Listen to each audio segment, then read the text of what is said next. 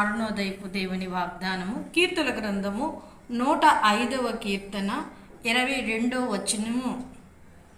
తన ఇంటికి యజమానిగాను తన యావదాస్తి మీద అధికారిగాను అతనిని నియమించెను. హల్లెలూయా. ప్రియమైన దేవుని బిడ్డ, నిన్నెవరూ పట్టించుకోవటం లేదు. నేను ఎంత కష్టపడి ఇచ్చినా నన్ను ఎవరు ఎన్నిక చేయటం లేదని నువ్వు బాధపడుతున్నావా?